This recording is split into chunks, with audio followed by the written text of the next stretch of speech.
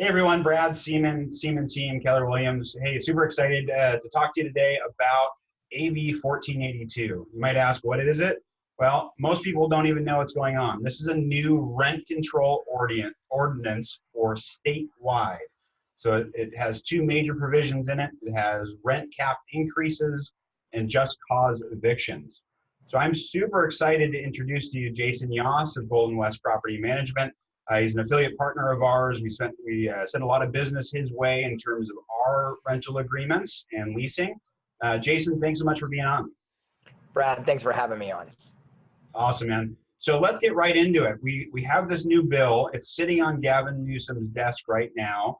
We're on Newsom watch as we talk about behind the scenes. This is about to be passed. This is a new bill that is going to restrict landlords' ability to increase rents and have new provisions on how they evict tenants. So let's talk about it. Tell us a little bit more about rent cap increases and what's going on. Right. So AB 1482, aptly named the Tenant Protection Act, has, as you said, a rental cap of 5% plus the cost of living index, which is roughly about 2%. So a total of 7% on average will be the max that a landlord can raise the rent on a tenant in any one 12-month period. And then the second part, as you discussed, was a conversation about what you're going to have to do when you give a just cause eviction. There are two types, as you stated.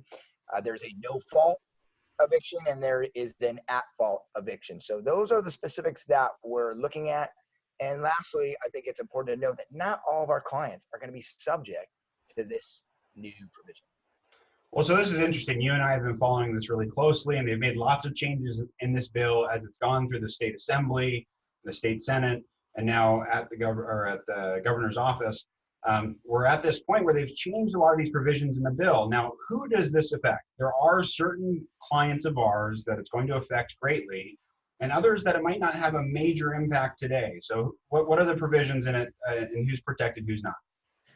Well, let's specifically talk about who is most likely not protected. And the first set of people is if you own multifamily units, residential specifically, and you don't occupy one of those units, but it's not owner occupied, you are going to be most likely subject to this AB 1482. So whether it's a duplex, triplex, or 60-unit complex, you're going to be facing both the rent cap and potentially the provisions of the eviction clauses. Okay, and so we've talked about this and picked it apart. We're not 100%. And so I do want to give a disclaimer in all of this that, we are not attorneys. We are reading this out on the fly as it comes. We're consulting with our attorneys to learn more and how this is going to roll out in the court system and how we'll be impacted. So full disclaimer, we're doing our best to decipher this for you, but it's not 100% until we really know from the attorneys. So what we're getting from it, though, is if you own a home, a single family, a condominium, or you own 10 of them, 20 of them, and they are separate and alienable title. That's how it's written, separate and alienable title, meaning you could maybe sell it off individually. You're probably not subject to the rent control as long as two things are clear. Number one is there's a provision in your lease or any rent increase in your lease that states that you are or are not subject to it. And the second thing is that you're not a corporation that owns the property, or a portion of that limited liability company is a corporation, or a REIT, right? So a real estate investment trust. Any of those things, as long as those are not there, you might not be subject to this legislation at all. Absolutely. So, and one of our main clients is the accidental landlord, or Brad, for you, a client's first, second home purchase. They're most likely not going to be subject to AB 1482. As long as they own it and title under what's basically their name, or as you stated, a single party LLC, they're going to be okay. It's those who are an S or C Corp or a real estate investment trust, as you mentioned, or maybe a shell corp with an LLC. Those are the ones that they're probably going to be subject to this law. Okay, so and so for those of you out there that own one or two properties, feel free to reach out to us if you're curious about whether you're subject to it or not. We can either answer the question for you or get you in touch with the right people. I want to dig down a little bit deeper on just cause eviction. This is something that we're not necessarily immune to in San Diego already. We have had some things passed at the city level that have impacted us, but now we have a statewide piece here, and it comes with relocation assistance, which is new to us. So tell us a little bit more about the relocation assistance, and we'll also talk about what is at fault and no fault evictions. Right. And Brad, let me start with maybe the at fault and the no fault. So basically, there are two types of just cause evictions. The first one is being at fault. And when you think about at fault, you want to think about failure to pay your rent on time, or a material breach of the lease, or criminal activity. That would be considered at fault. So if I, as a landlord, ask you, tenant, to leave because of something of that example, that's going to be standard, providing standard notices, and then basically ask you to leave without any payment from the landlord to the tenant. But a no fault, they've listed in AB 1482 a couple scenarios that is new. So for example, no fault would be, hey, if I'm going to now remove the unit from the market, hey, I'm going to sell the property, or I'm going to remodel the unit, or I'm going to have a relative move in. In those cases, if you gave the tenant notice with no fault of their own for asking them to leave, this law now requires you to provide what's called rental assistance. And basically that's equal to 1 month's rent. And you either have to pay it within 15 calendar days of you giving the tenant that notice, or you have to agree with the tenant that you're basically going to waive their last month's rent. Wow, that's a whole new ballgame. We haven't seen that ever before.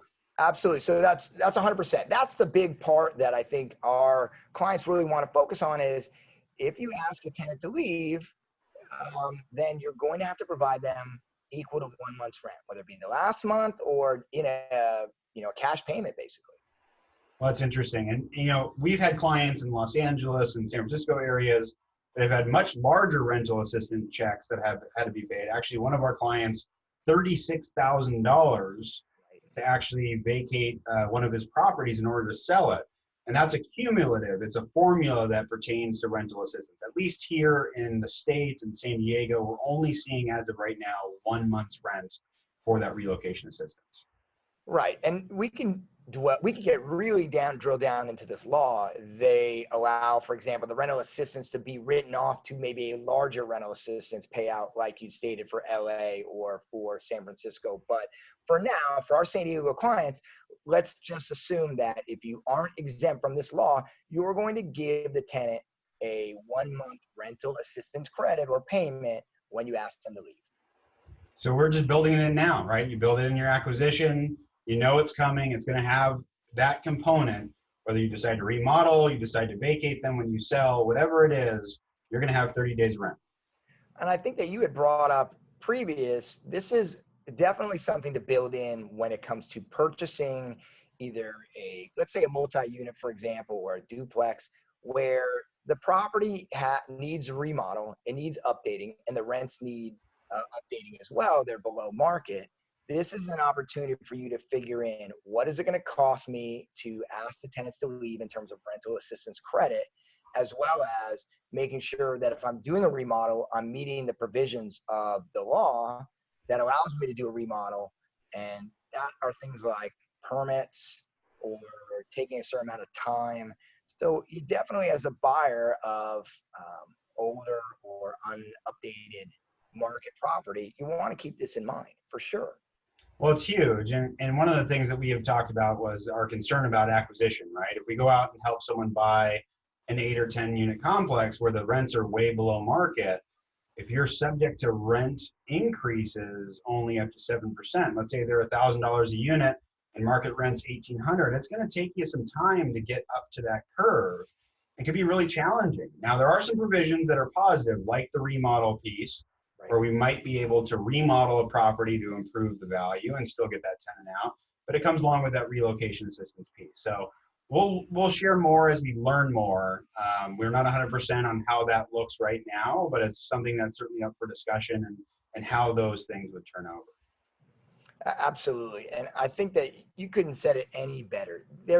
This is still new.